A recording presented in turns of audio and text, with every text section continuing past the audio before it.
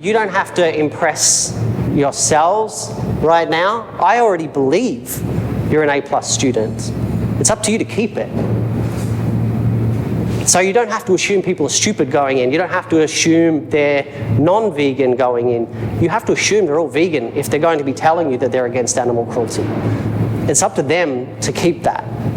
And then they will feel stupid automatically when they say, I'm not vegan. And that's that point you say, I'm sorry, what? I'm confused. I just thought you said you're against animal cruelty. And I thought you said that the environment is a concern for you, and I'm really confused. I'm vegan. I've been thinking that for a long time. I thought I was talking to another vegan here.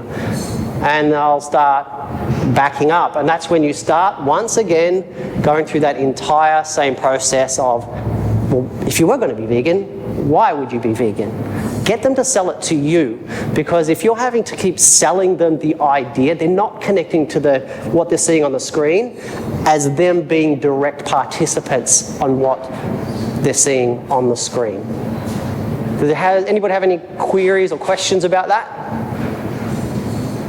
Pretty straightforward. Do you think that might make everything a little bit easier for you doing some activism? Because one thing that we do face each and every day is the same conversations. And I want you to try and envision a flow of energy between two people, between two strangers, the non-vegan and you. When they come up to you, you're either going to give them some of your energy freely, or they're going to try and take it. And that's when it comes into trolls, and we'll talk about trolls in just a moment. But when we're talking about the flow of energy, you're going to give some of your positive energy, and they will accept it freely, moving into veganism, or they're going to try and take it and throw every excuse at you not to be. And then you're going to be trying to pick up this excuse, I'm going to solve that problem, and they're going to throw this excuse at you, and then you're going to try and solve that problem, and then each and every excuse is going to come out of the sun, and it's like trying to plug up holes in a bucket, and then suddenly there's just another hole, and no matter what you do, there's nothing that you can do to fix it, because we're not fixing the base problem. Right? And that is connecting them to the dots of their moral values and what they're seeing on the screen here today.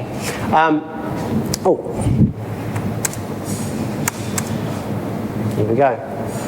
Any questions? No? Cool. Should be the next one. Oh yeah, okay, great. I didn't make these the slides, but yeah, cool, perfect. So, who has deals and problems with trolls? Put your hand up if you've ever had a problem with a troll. Okay. All of us, right? How do you feel at the end of the interaction with the troll?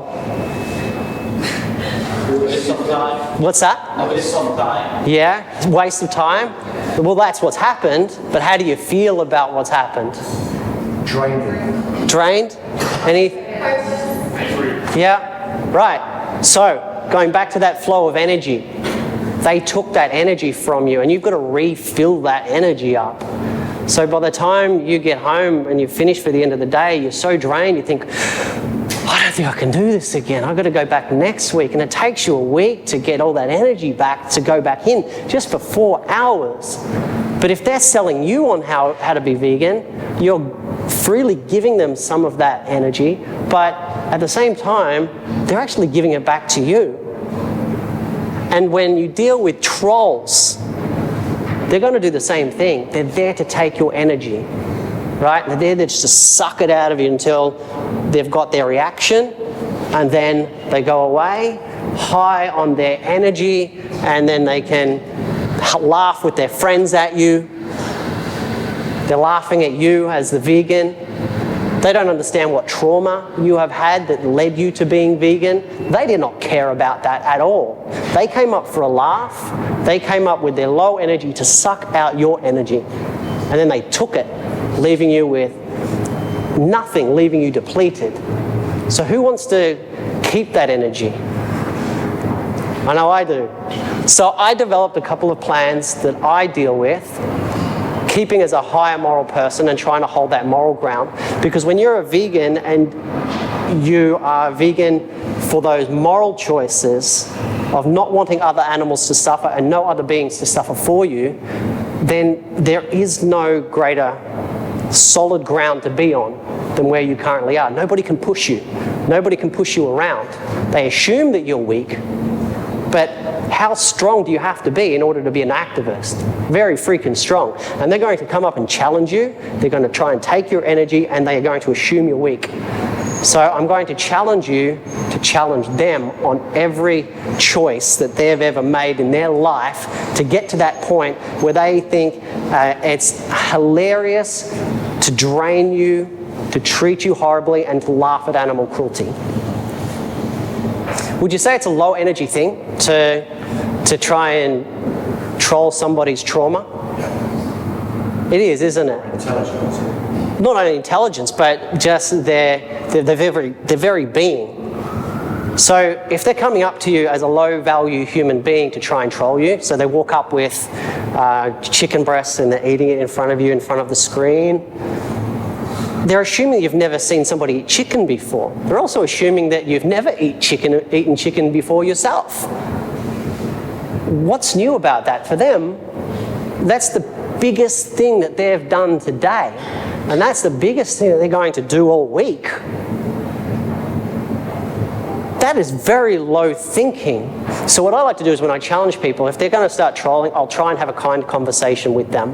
But when I realise that there's absolutely nothing that I'm going to gain out of that trolling and they're not leaving, I'm not going to yell at them. I'm not going to give them my energy. I'm going to challenge them on every choice that they've ever made. And I said to, and I have said this multiple times to people, I said, and I highly recommend you get to this point where you hold your energy and you say, there's a few things you can say, but you would ask, how many books did you read in the last week? How many documentaries have you watched? For all of those engineers that are inventing the most amazing things that we use each and every day, for all the astronauts that go out into outer space, for all the people that dedicate their lives to going overseas and spending their entire lives trying to solve human hunger in third world countries, for all of those people that spend their lives trying to stop human slavery, for all of those people that put themselves through university each and every day, 6 years, 8 years to become a doctor or a nurse. And you are here today.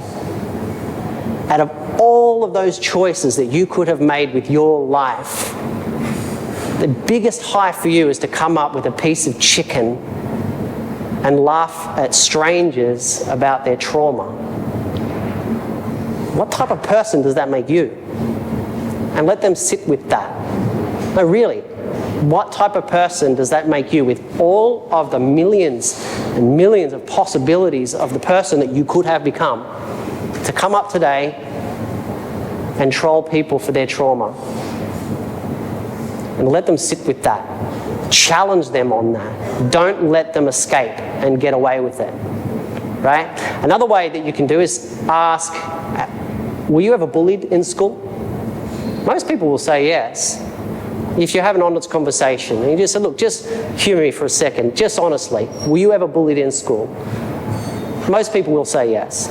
And then you can say, and here you are today as a grown adult or as a teenager about to leave school, bullied, and you're coming up and being the bully. And you're not causing these animals trauma on the screen. They're already dead.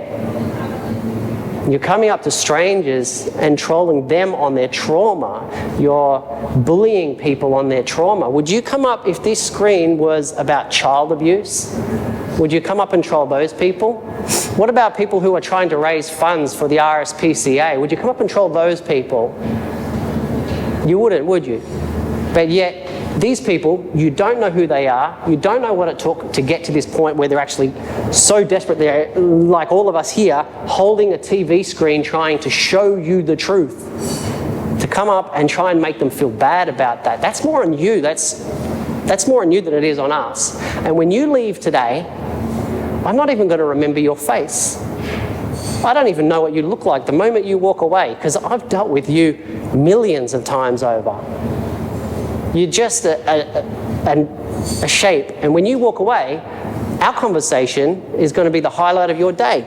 Your trolling here is going to be the highlight of your day. I would say that we affected you more than you affected us. Because when you leave here today, you're going to go to a party, you're going to get drunk, and you're going to say, oh, I trolled those vegans, and I walked up with a bit of chicken, and I ate in front of them. And you're going to talk about it again and again. I'm never going to think about you again. For you, this is the most significant day of your life. For me, it's just a Saturday.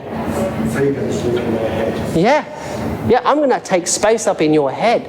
I've had people send photos go to my Facebook page, take a snapshot, and then send it to me. And I'll just write back, I'm so happy that I'm taking space up in your phone. I'm now in your phone. You've got a copy of me, a photo of me saved in your phone. What type of person does that? Really? Out of all the things that you could do and the books that you could read, you've actually trolled my Facebook page to get a photo and put that on your phone, and now you're sharing me around. Thank you so much for making me famous. Right? So every aspect of what they can do is to feed it back to them. Don't let them take your energy. You hold strong in your moral value, and you make them question every aspect and every choice that they've ever made to get to that point where they came up to you today and tried to make you feel horrible about you doing something great to try and change the lives of sentient beings that cannot speak for themselves. Do you think that that might help if you could control your power and keep it with you and make them think about you more than you think about them? You've just basically flipped it around. And from this point forward, you won't need to worry about trolls if you start challenging them on every choice that they've ever made. Because you got to this point where you are, at base, the strongest valued people that I could ever think of. Because everybody else, it doesn't matter if they're a scientist, it doesn't matter if they're an engineer, if they're not vegan, every moral that you ask them on is wishy-washy. Yours are not wishy-washy. Your values are solid and cannot be moved. You are immovable. So don't let those people from this point take your energy. Make them question it. Make them think about you and say, wow, that woman was right. That guy was right, yeah, wow. And he will be in your head for years to come. Any questions? No? Okay. Actually, I have one. Yes.